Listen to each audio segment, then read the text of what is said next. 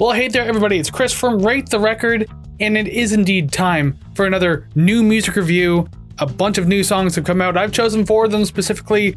I've got reviews on them, I have opinions on them, and I want to hear your opinions too. That's how this whole thing works. We can get into that in just a second, but first, I slide this way to remind you that if you like what you see and or hear today, there's one thing, a bunch of things, or all the things I'm about to list that you can literally do right now to help show your support for the show. And it is the following: like, subscribe, rate, share, comment, and follow. 6 quick, free, and easy things. Again, you can do right now, a little later on, whenever, it's all up to you, but it's truly appreciated, so that is an option for you to do. Without further ado, let's begin. So first up on the list today, we have Rob Zombie coming back with a brand new album. The album, I believe, is called The Great Satan, which you hear a lot more in the song than the actual title, which is called Punks and Demons. This one's a heavy driving track for sure. Heavy guitars, intense vocals, and I mean, I don't think you could expect much more from a Rob Zombie song unless it's gonna be like a little quieter and creepier, but you know, the heavier stuff is definitely more up his alley. I feel like this sounds like one of his earlier tracks for sure, but maybe without like the electronic flair to it. It still very much has that industrial metal feel, again with the guitars and everything like that, but just the tone of the snare drum alone, this relentless pounding snare drum, I think that really kind of nails the feeling. And overall, I can say this song is pretty fun. Unfortunately, it ends rather abruptly and quickly. I was kind of hoping for a little more out of it, but I still had fun with it. But there's nothing like a good, swift, quick punch to get you moving along and everything like that, and this is what that song delivers. Next up on the list, we have Ice Nine Kills, a brand new track out called The Laugh Track. And it's interesting how we're getting something of an interpolation of the motif of the Batman theme in this song. It's just a brief little thing that shows up, but it's pretty cool. And I get it, the song is about the Joker. I mean, you can see it in the artwork on the screen next to me here. It's about the Joker, so I get it. It works, and it sounds neat the way it does it. And I used to love that little motif too when I was a kid. And I was like watching, Batman, the animated series and everything like that. Cool stuff. But yeah, this is a very playful composition. You have these intense moments mixed with these more bouncier, almost poppier passages. That really makes it a very interesting listen all the way through, and then you go back and you're like taking it in a little more and just appreciating those moments of it, so it's enjoyable more or less. With that said though, overall, I'm not super into it personally. Don't get me wrong, it's not a bad song. I think it's just maybe a little too campy, like a little campier than I'm used to, I guess, so again, not super for me, but I can at least see where people would have fun with this. So again, not a bad song, just maybe not so much for me.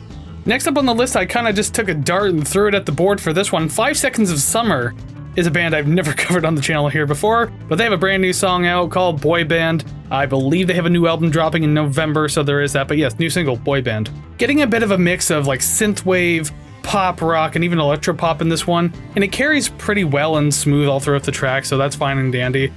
Granted, the composition is pretty generic all around, so you're not getting anything too exciting out of it. And on that note too, I mean, like, there are elements of the song I definitely enjoyed and that I thought sounded interesting, but it's honestly kind of an underwhelming type of track overall. It doesn't really go anywhere.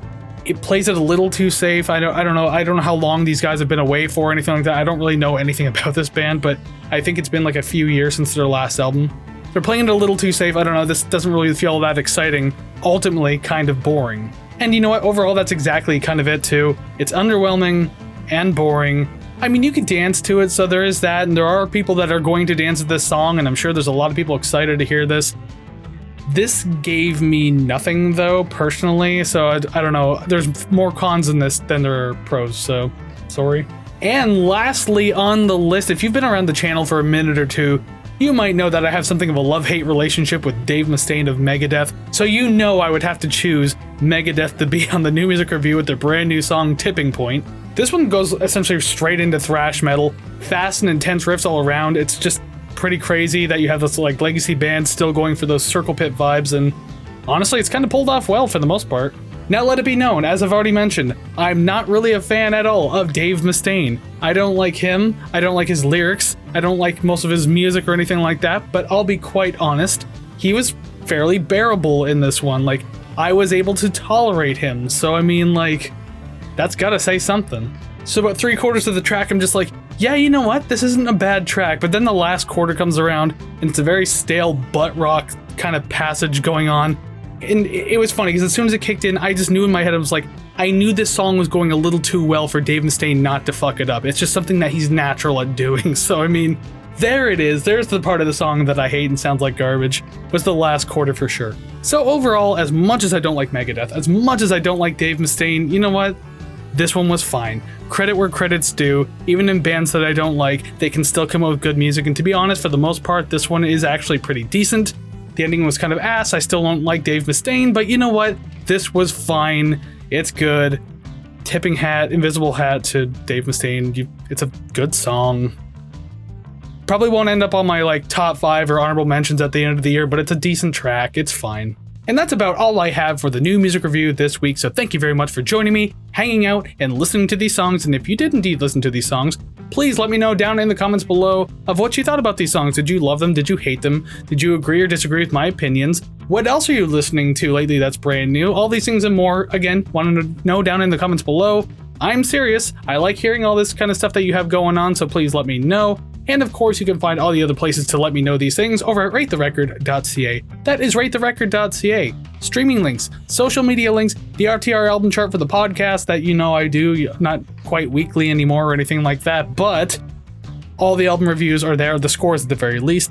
And finally, the RTR Club. If you want to financially support the channel, it's optional, but the option's indeed yours. So go ahead and check that out if you so please at ratetherecord.ca. Obviously, things have been a little quiet on the channel for the last little while, but there are things happening. First off, episode 141 of the podcast already came out a couple of weeks ago, and that was taking a look at Fiona Apple's Win the Pawn. Turned out to be a pretty decent album. How decent? Well, you'll have to go back and check it out, obviously. I released a short. I don't release a lot of shorts here on the channel, and obviously it's just coming from TikTok anyways. But it did pretty well, so I felt like sharing it, and by all means, you can take a look at that if you so wish. And of course, episode 142 is coming out next week for sure. I got the review done. I'm recording it tomorrow, or I guess the day this is being released is when I'm recording that particular episode. It's episode 142, and I'm taking a look at Spirit Box and their album Tsunami Sea. So it'll be really interesting to be able to get that one out. It's an album I've wanted to cover on the show for a very long time. Kept getting pushed. I said, screw it, I'm doing it. So yeah, Tsunami Sea coming out next week, so I hope you'll be checking that out too. But other than that, I've got nothing else to say, so at the very least I could do is say one more time, thank you very much for joining me. Again, ratetherecord.ca. And until I see you next time, go listen to even more awesome music, and I'll see you again real soon. Take care, friends.